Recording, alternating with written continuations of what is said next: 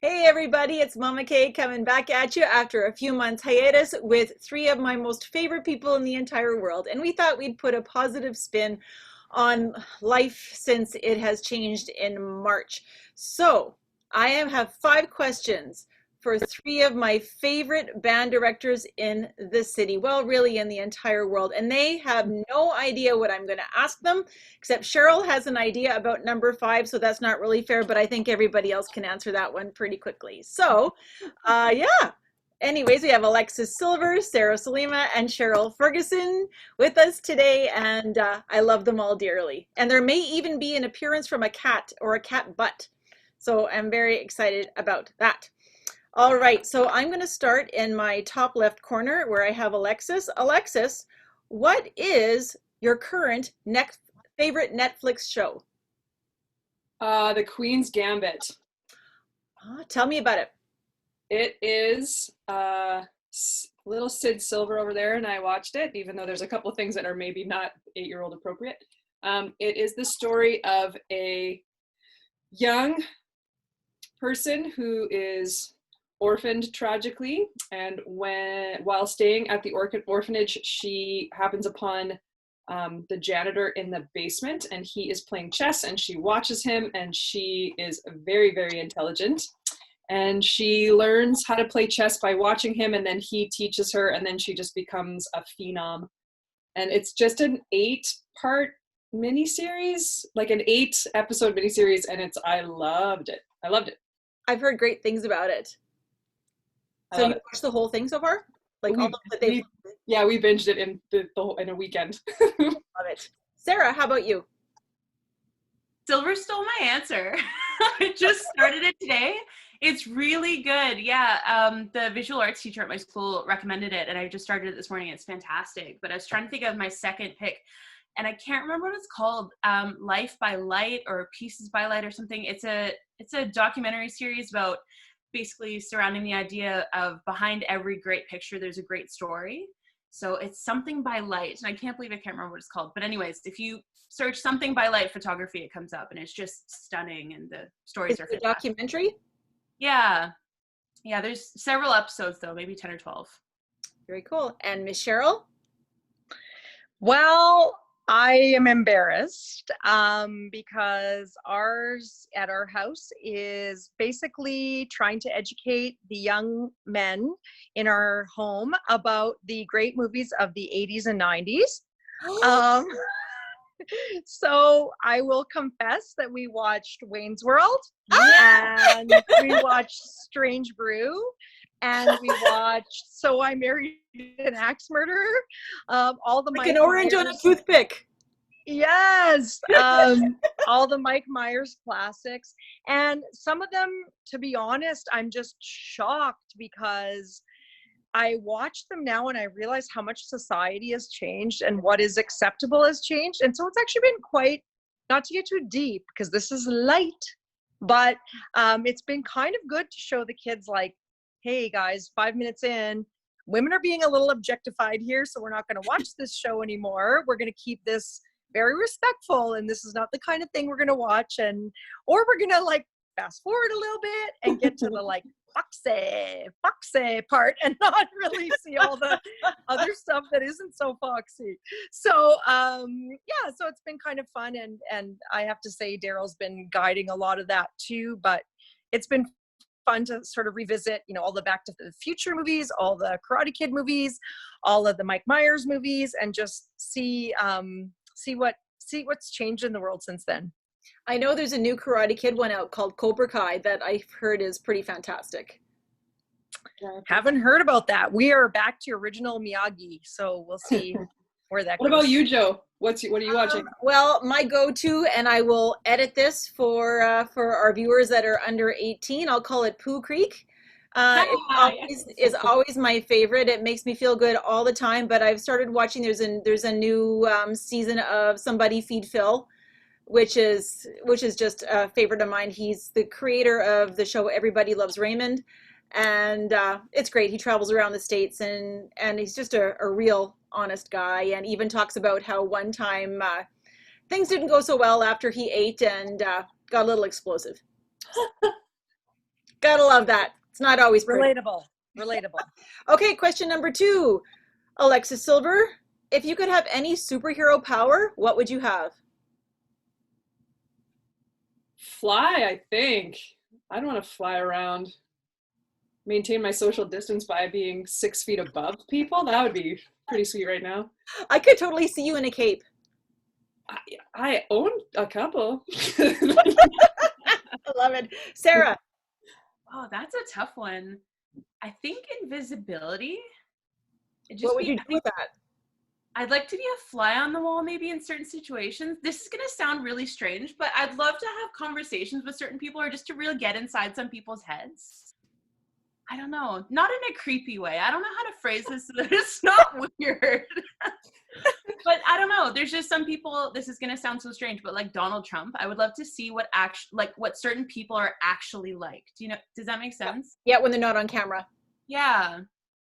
Cheryl?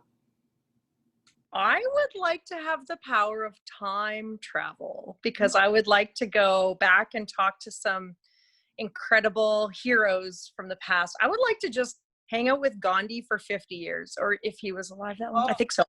I would love to just go and like hang out with Stravinsky and talk about his like affair that he had for, several years while he was married to his wife, or, just like any amazing person. Or I'd like to go back and see how like the cavemen lived and how they made music, and because we're sort of in those times, how can we create sound out of nothing? Help us, you guys figured this out. So it would be fun to travel in time and see, especially about music, but just about everything, and just see what happened. I love that. I think I'd probably, if I could time travel, I'd go back and I would be with my great-grandparents or great-great-grandparents and just try and experience Canada when they first came here. I think that would be enlightening and terrifying and awesome all at the same time, right? Because we come from some pretty powerful stock, right? You take a look at the people that came before us, and they're pretty strong. Pretty cool. All right, here we go. You better answer this properly. Oh, man. Okay, I'm going to start with Cheryl. Cheryl, Uh-oh. if you could be any Star Wars character, who would you be? Oh, no. I would be Jabba. I'll tell you why. Because I'm always self-conscious about my size, and Jabba totally embraces Jabba's size and just doesn't even need to be articulate and is lovable. And I think there's some freedom in just screaming. And I actually, for those of you that don't know, I've actually played Jabba in a little video clip that can be found on the internet. Our family entered a contest where we were supposed to act out a Star Wars scene. And I'm a person who is... This was Cheryl the whole time. I have never seen a single Star Wars movie, but I dressed up in a Jabba costume and I went, "Arr! Arr!" And I got some very positive comments from the public on that Cheryl, video. how are we so close and you've never seen a Star Wars movie? Well, I'm waiting till I can watch them with you, Joe. Okay. Sarah, your turn. Okay, I haven't seen it either, and I haven't seen any Star Wars movies. Shame on me. I know it's really lame, but I think I'm gonna have to go with maybe Princess Leia because Carrie Fisher is awesome. Is that an acceptable A answer? very, very noble person to choose. Fabulous. Okay. Okay, Alexis, come on. I like Boba Fett. I just bounty hunter, baby, and he's so cool. And now with the Mandalorian and stuff, yeah. Have you watched The Mandalorian? Sid and I watched. There, she just gave a thumbs up. Yeah. We started watching it together, and then she got ahead of me, so I haven't seen all of season 1 yet, and I haven't started watching season 2 yet. But I hear it's wonderful. yeah. And for me, I think I like Rey very much. But I also love the Sand People because I used to laugh like that. They're so yeah, that's me. So, and then when I'm sick, I also sound like Leia when she's going to get Han out of the carbonite and she has the mask on. That's what I sound like when I'm sick. When she's playing a bounty hunter too? Yep, exactly. Okay, and question number 4, starting with Sarah. Sarah, if you can, name 3 bands or artists that people really need to listen to. What a great question. Okay. Leah Bilyeu is one of the ones that comes to mind. She's a Toronto-based jazz artist. Incredible. Check out her cover of Yellow by Coldplay. Amazing. Amazing. Probably the best cover of any song I've ever heard. Anyways, that's my first one. Second, this is really hard to pick 3, Joe. This is not very nice. Okay, so do you want to stick with 1 then for now? Ooh. And then I'll come around. How about I scoot and around and come back? Okay, yep. Okay, Alexis. I'm digging Lake Street Dive right now.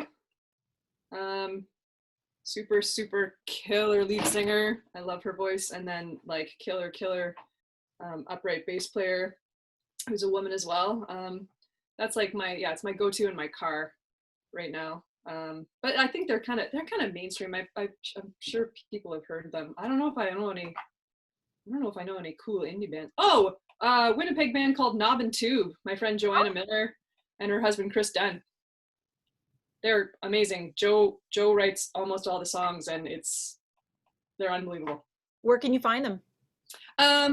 Mostly just online right now. I don't think they have any albums out, but when live shows exist again one day, they play quite a bit around at the Times Changed, and then they had a show at the West End, and they open up sometimes for Scott Nolan because Joe plays with Scott as well. And yeah. Very cool. Cheryl, how about you? Oh man, this is rough on me because I don't, can I go like older? Yeah, for sure. Okay. If anyone has not really dug into Maceo Parker for a whole night, they really should. Just the funkiest of saxophone grooves ever. And just such an incredible bunch of connections that he played with during the course of his career, and he's amazing. Maceo Parker, go. Dial Maceo is a cool album. Kids love it. Sara, do you have one more to add? I do, but do you want to add one? We should be... No, because I'm thinking of mine while you talk. Okay. All right, I'm going to stick with Canadian artists. 5 Alarm Funk is a funk, jazz, just wicked party band based out of Vancouver. So much fun. I've been doing a lot of listening with them, with my kids at school. Very cool. For me, I've been listening to a lot of older stuff lately. I've actually been going back and listening to Kate Bush. Nice. Yes. Yeah, it was back when I was in grade 9. Not a lot of people were listening to her, and she was very ahead of her time, I think. I'd have to look up what the album is, but it's the one that has Running Up That Hill. Yeah, it's just incredible. Just wild. So that's my one for now, for sure. So, and Cheryl, do you have a second? Can I totally nerd it out? Yeah, please. The nerdier, the better. You are going to just think I'm the biggest nerd. Chicago Symphony 1980, anything that they recorded or played that year. I'm sorry, I'm a brass player. Perfect.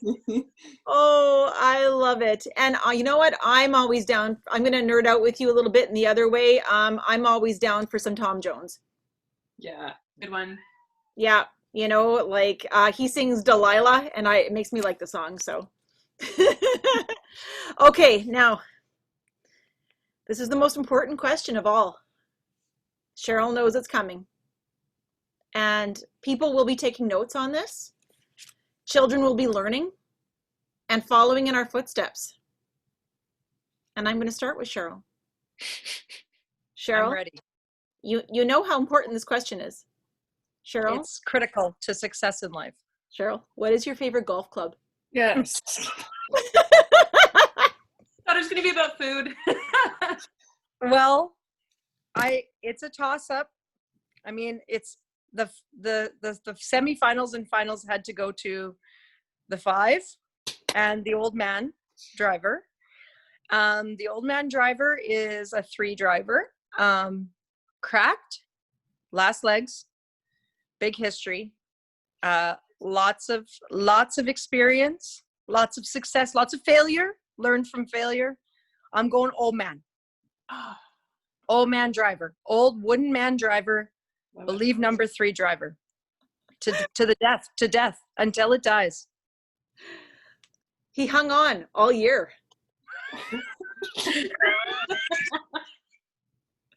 It was looking rough there for a while, Cheryl. Oh, don't say that about the old man. He's gonna make it into next season. We got this for next season. He's got another 10 years in him. You watch. Youngling, Sarah. Okay, so old man for sure, I have to say, because I share the clubs. It's just, you can't not.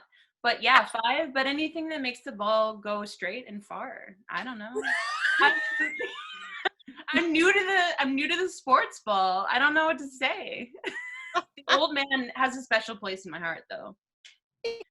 Alexis.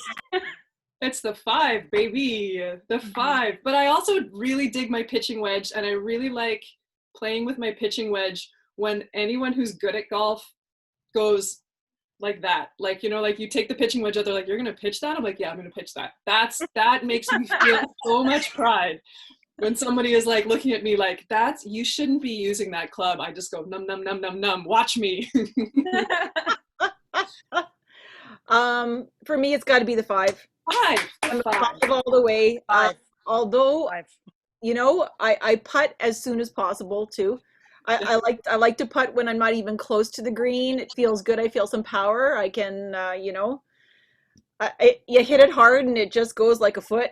It's yeah, it's kind of forgiving, but the 5 all the way is my favorite. I'm hoping that I get a new club for Christmas. The chipping, the one that's like half putter and half like wedge. Is that chipping wedge? Is that what that's called? I don't know. Sure, Anyway, let's say yes. $40 on Amazon. So I'm really excited about that. So for those of you who aren't sure about what we're talking about, the ladies and I started golfing this summer, and yeah, so you know, watch out. We're going to be on the band PGA tour next year, and it's going to be scary. We might have matching outfits and hats, and yeah, it's good times. Golf carts. God love golf carts. So Joe, could I amend my answer? Yeah, sure. I would say my favorite golf club is whatever we high five with at the last hole. Whenever we end and we click clubs together and say, we love you, we love each other. That's the best moment, whatever I'm holding at that moment. And our favorite course this year was Ridgewood. Absolutely. And it's very close to Steinbach. We highly recommend it. Yeah, cheap golf carts and great times guaranteed.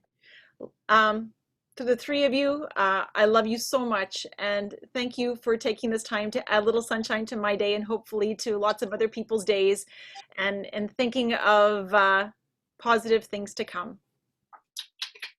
Love you too. Love you. Thank you. Bye.